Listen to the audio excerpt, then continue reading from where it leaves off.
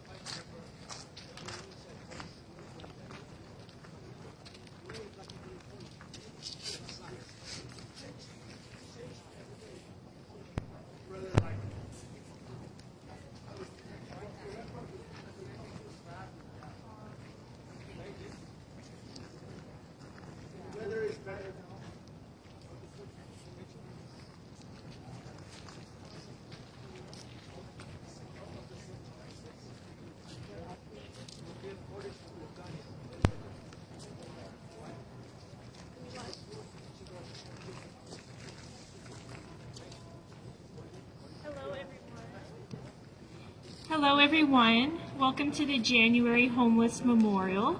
My name is Jenny, I work at the Church of the Holy Trinity here. I'm going to start us off with a land acknowledgement and then just a few opening words.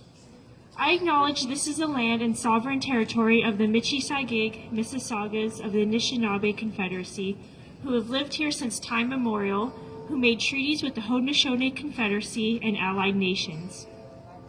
We recognize the enduring leadership of the Anishinaabe, Haudenosaunee, and Indigenous peoples here in our community, many whom have led and taught many of us about caring for one another, physically, spiritually, and mentally, through pandemic and an epidemic of death and houseless people.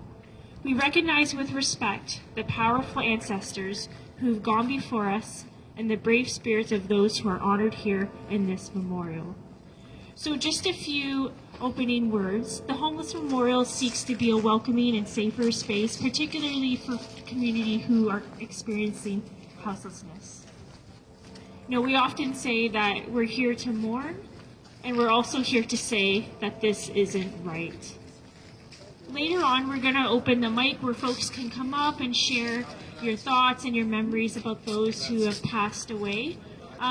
As we're trying to hold a safe environment, we do ask that you help us to hold that environment. We do seek to be free of, any kind of violent language, any kind of oppression, like oppressive language towards each other, like transphobia, homophobia, anti-poverty, shaming. So we just ask that people come up with the spirit of peace and wanting to hold everyone's memories. Thank you. And next, I'm going to invite up Greg Cook.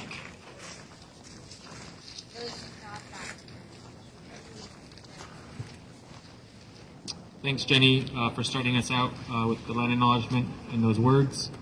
As you say, my name is Greg Cook, and I've been an outreach worker for a long time. Somebody was just reminding me, my memory is not very good, but was just reminding me that 5 years ago to this day, January 14, 2020, so that was before the COVID pandemic really kind of hit North America, we had a memorial here, and we acknowledged the 1,000th death of unhoused people in Toronto. And we marched to John Tory's office at City Hall, demanding that the city have a heart, that they make sure that people have warm indoor spaces, that people have housing. Our demands, our cries were not heeded. Throughout the pandemic, and still the number of people that die while they're unhoused keeps going up. It's more than doubled since those years. Although we have a different mayor, the shelters and respites and warming centers are full, even though it's absolutely freezing right now. People stuck outside are having to deal with wet sleeping bags, wet jackets, freezing, frigid temperatures. We have a premier who's in the process of closing safe consumption sites, who's in the process of putting in legislation that criminalizes people for public drug use and for trespassing, ways to clear encampments. People get prison sentences of up to 6 months or fines of $10,000. Imagine finding people who don't have enough money for housing or trying to exist. So we meet here to say that this is not okay, and also to remember those who have died. Today feels especially difficult as the two people that we will be putting up on the memorial died while outside in December, in the same week. Mary, also known as Rita, was found in medical distress at Danforth and Coxwell, where she was staying with her few belongings. She was taken to hospital where shortly afterwards she was pronounced dead. Chris LaSalle had been staying at a respite on Lakeshore East, but was staying outside in a kind of cardboard box type structure, survival structure. He was found on December 25th, Christmas Day. His friends tell me that he died from heart failure.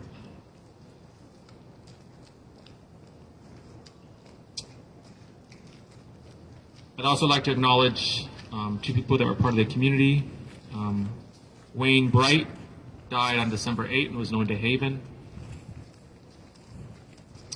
And Alex Hurd, who I knew well, volunteered regularly at both 519 and Sanctuary, cared for and supported many people that were unhoused, having them over to his apartment. He was found dead in his apartment on New Year's Eve. I just also want to acknowledge Wayne Bright and Alex Hurd. Now, if anybody would like to come up and say any words about any of these people, please do.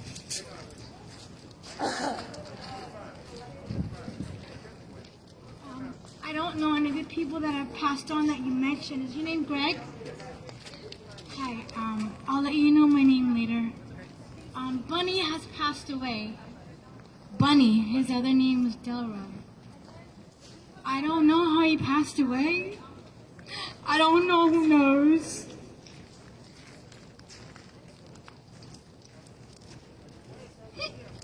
But all I know is that he was living in a hotel. Is that where we need to put people now? I want to tell you that I don't want you to use the word home without a home. I know you used house. That's perfect. But to a lot of people, that is a home right there. A tent. That can keep you warm. But when it's freezing, like I saw somebody today without gloves and her hands were almost blue or purple and I covered them up. I saw her at the subway. I didn't give her change, but I said, "Do you have a scarf?" because I had it in my bag. People might think living in a bank, sleeping in a bank is home for them. Living in a shed, living in a home, a little wooden home. I don't want you to say that word anymore because we all have homes. We all just need a home that keeps us warm, keeps us dry, right? That's very important. We can't get wet and walk around with wet socks and our toes freeze. No, I don't know how Bunny passed away, but I know he was addicted. And I don't know when he passed on if he had anything in his body. Maybe he was smoking marijuana. Let me tell you, marijuana is another story. I'm not going to get on with it. I'm just sad that my friend has passed on. I don't know if anybody, you know him or even heard of him. His mom passed on in February. He might have turned to drugs because he missed his dad. We don't know. I know a friend who probably started drugs or soft drug because his friend passed away. I'm going to be honest, the police said he did something to himself that caused his death. But we know and believe that someone else put a weapon into his body that caused the death. I miss my friend. We all miss our friends and the people that we know. They are here in our spirit. They're not gone. Only the body is gone, but their spirit is gone. Thank you for this threshold. I'm waiting for Kevin Clarke. I'm hoping that he'll attend. He's He's a great advocate for us in the city. God bless you.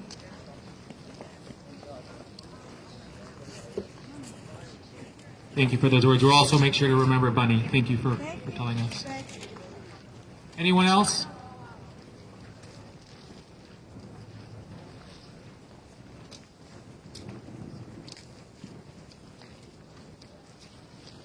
Hi, everybody. Thanks for being here.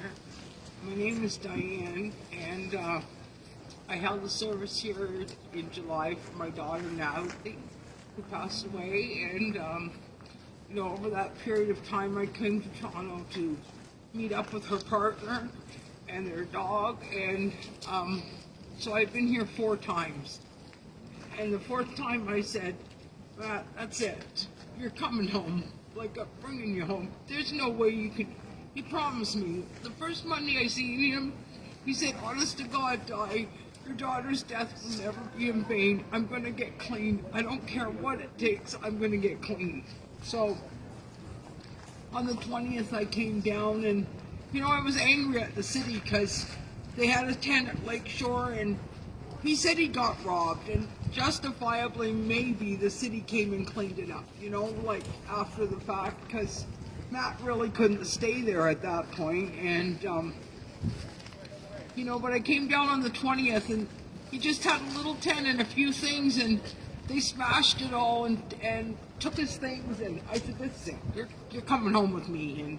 And, I held the service for my daughter, and Matt was clean, and, I was so proud of him, and I'm so grateful for the fact that I have a saying that you have to love people where they're at.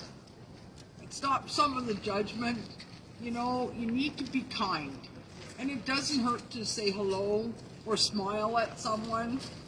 So on the 14th of July, Matt wasn't well at all, and I called an ambulance, and he went to Lakeridge Health Hospital, and then they took him to Toronto Western. He had a brain bleed, and unfortunately he passed away as well.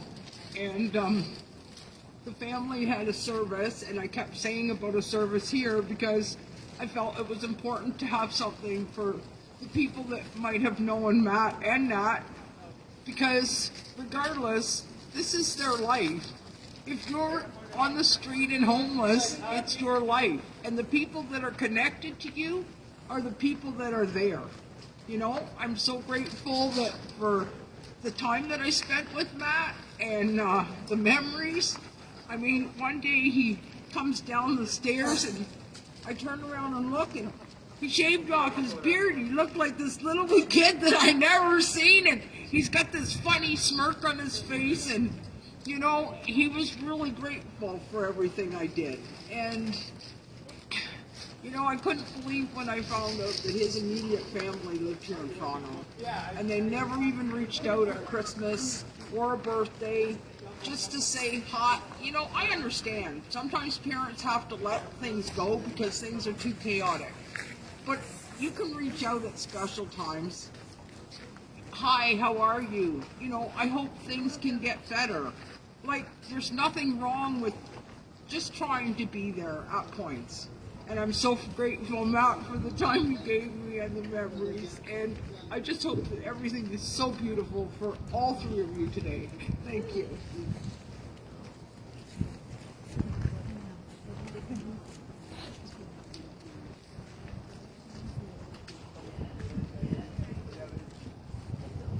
Thank you for sharing those words as you remember Matt.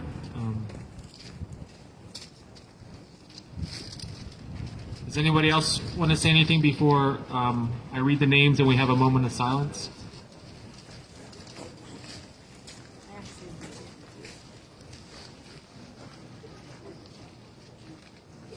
I don't even know what month it was that Kevin Healy passed away. It might have been October, November.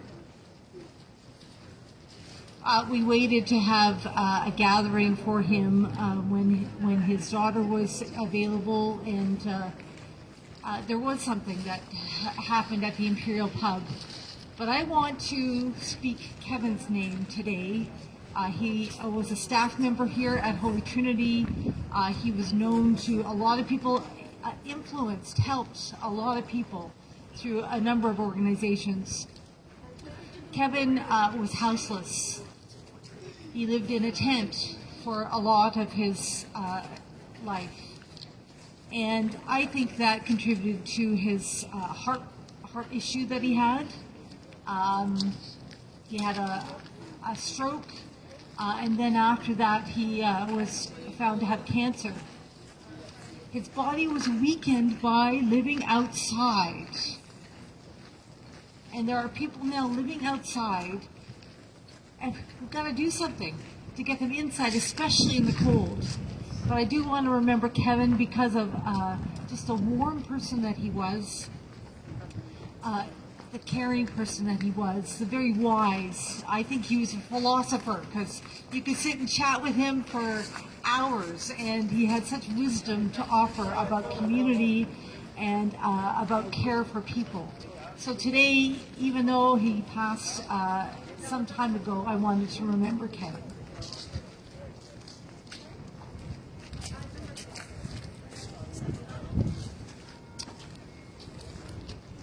Thank you for remembering Kevin. I'm going to read the names now, and then we'll have a moment of silence. Mary, also known as Rita. Chris LaSalle.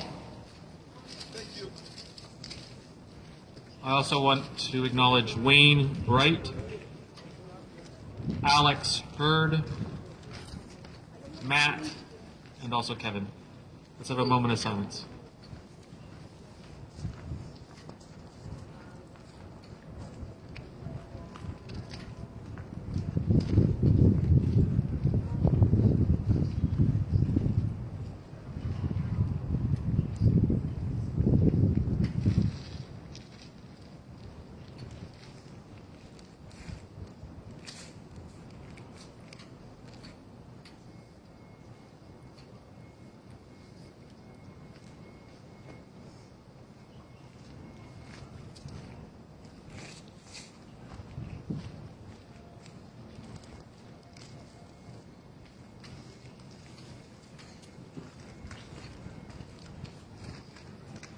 May each of them rest in peace.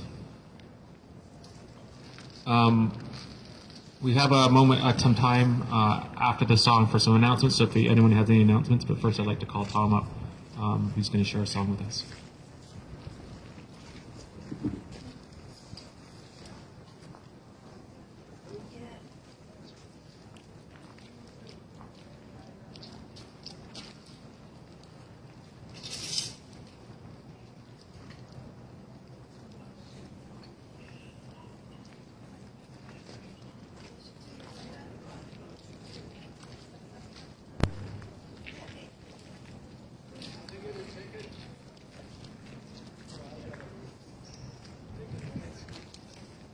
Hi folks, greetings. How's this sound? Let's get the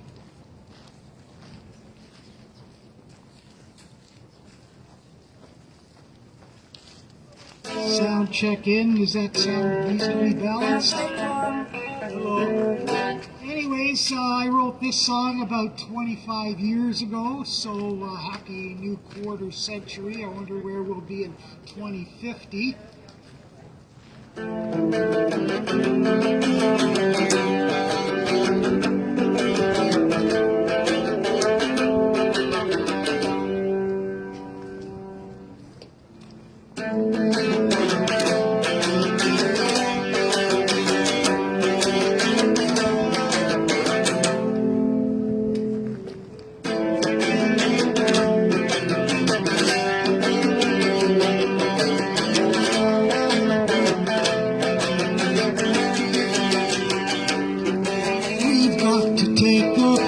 Off the earth.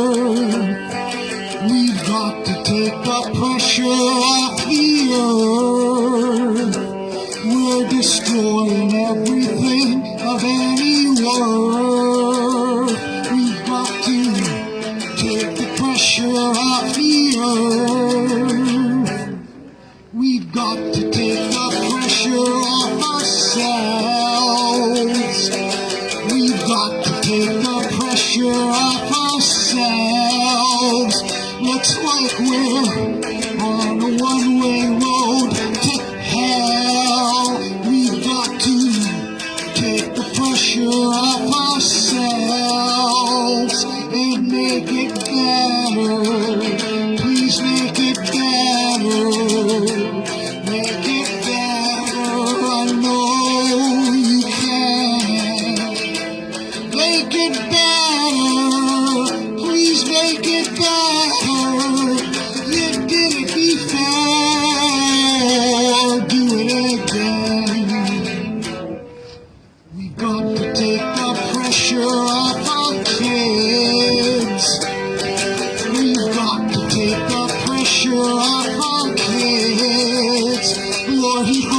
got nothing to do with what they did.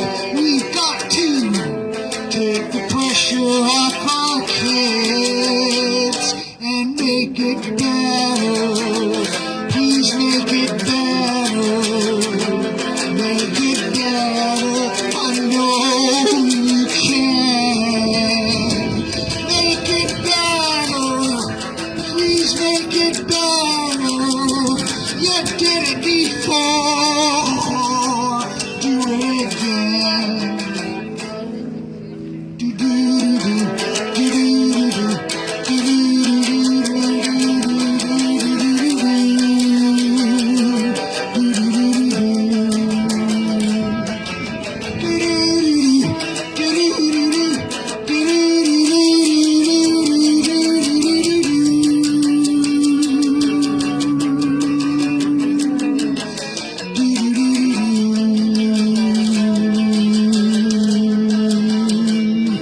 Leave some trees so we can breathe. Leave us some water so we can drink. Leave everything to everything and leave us our minds so we can think. We've got to take the pressure off ourselves. We've got to take the pressure off the earth. We're destroying everything of any worth.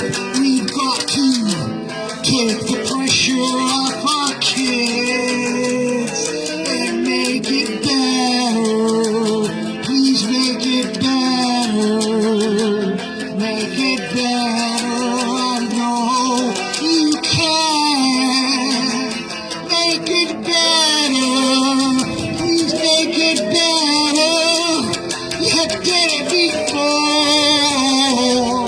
Do it again. Do it again.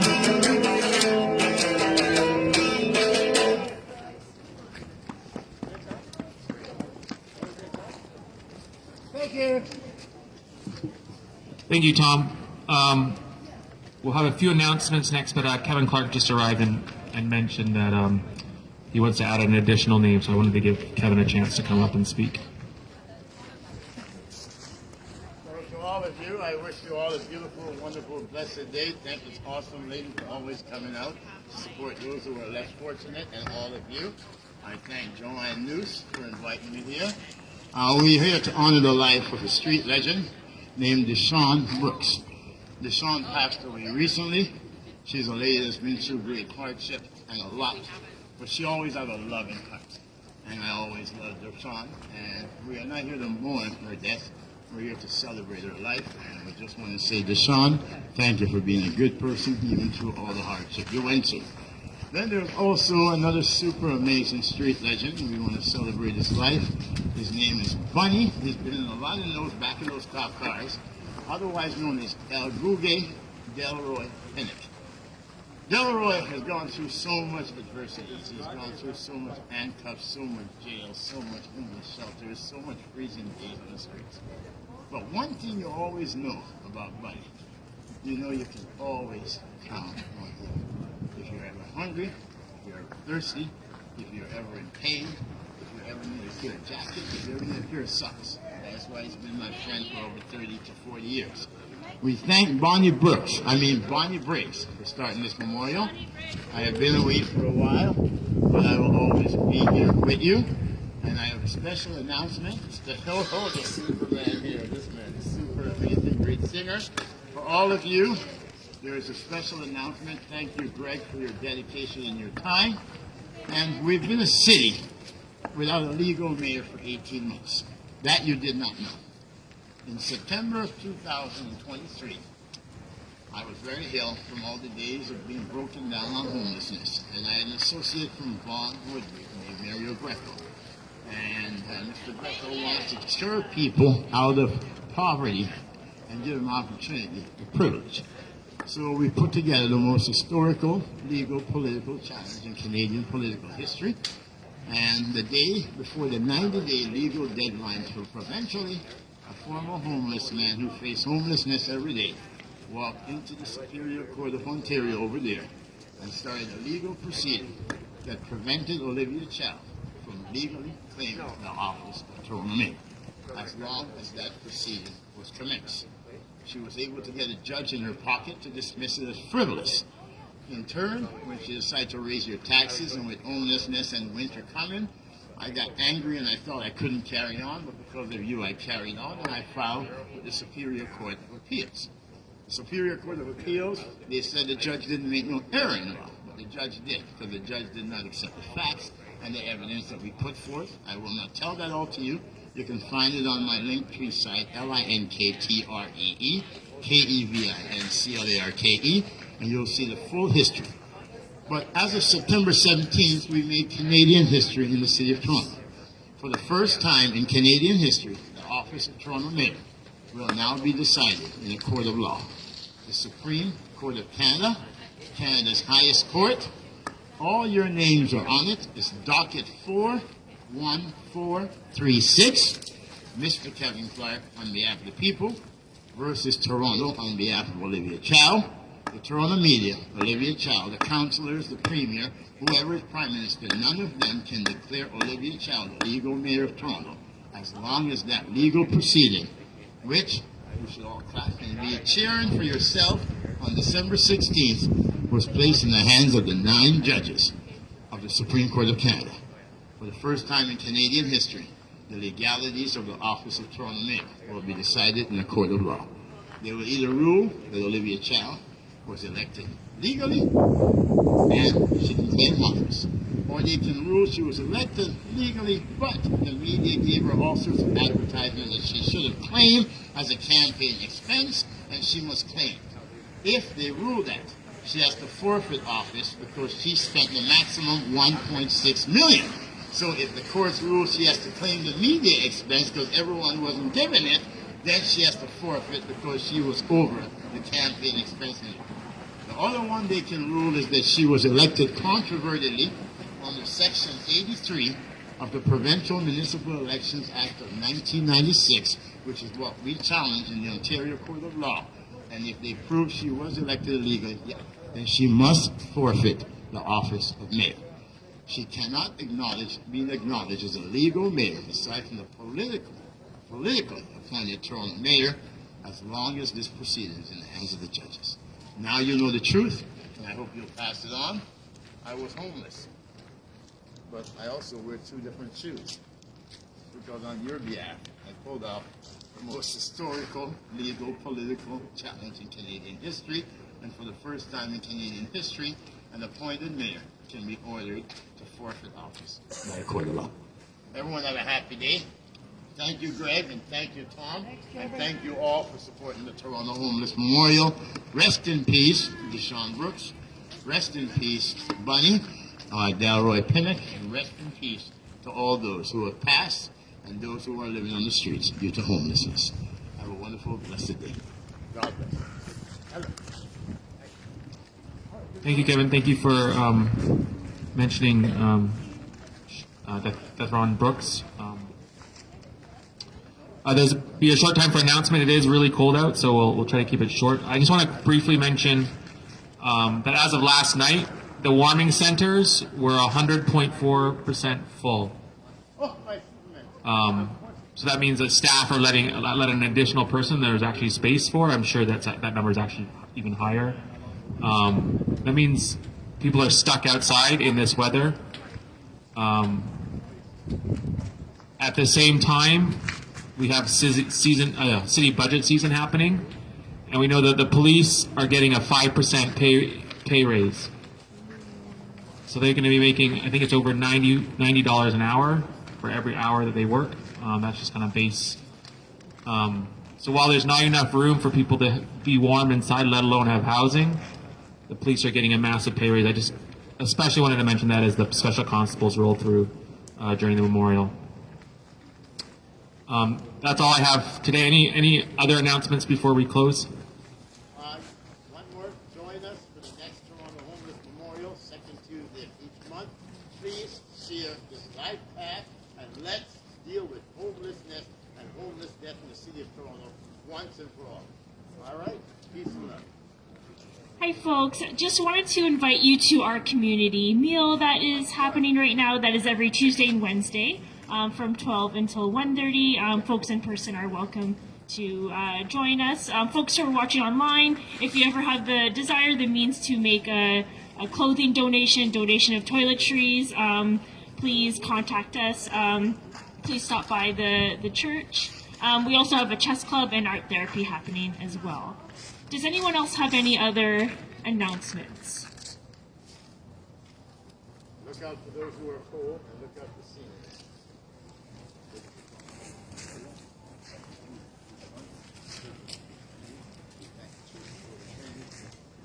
Sorry, my knee's frozen to place.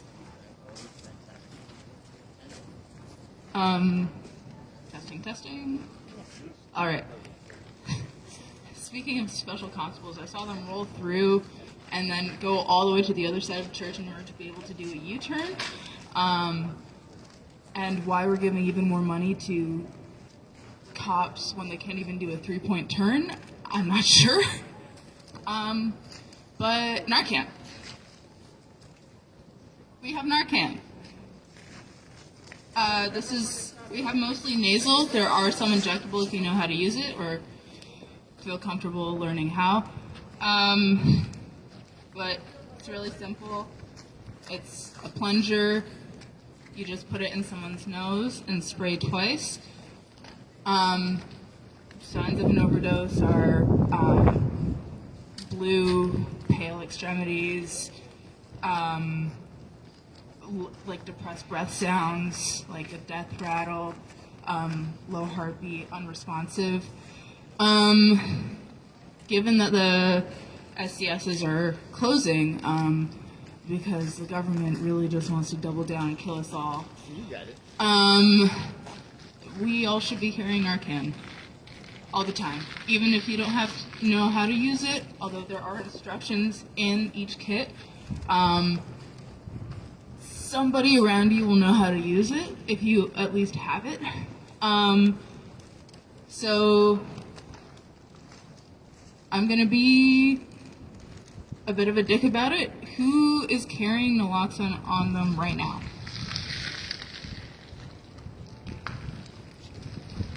Okay, I'm gonna come to those of you who didn't raise your hands and give you naloxone. All right, I'm gonna do that. Thank you so much. I just want to add one public service note about naloxone. When it's this cold, or even like below 0 degrees, it doesn't work as well. So I encourage you, if you can, especially it's easy with the nasal one, you just put it in a pocket inside your coat, and it'll work better. That's all. Thank you very much. Have a good day. I'm gonna go inside and get some coffee and some food. Are you gonna go home? Okay, Maggie.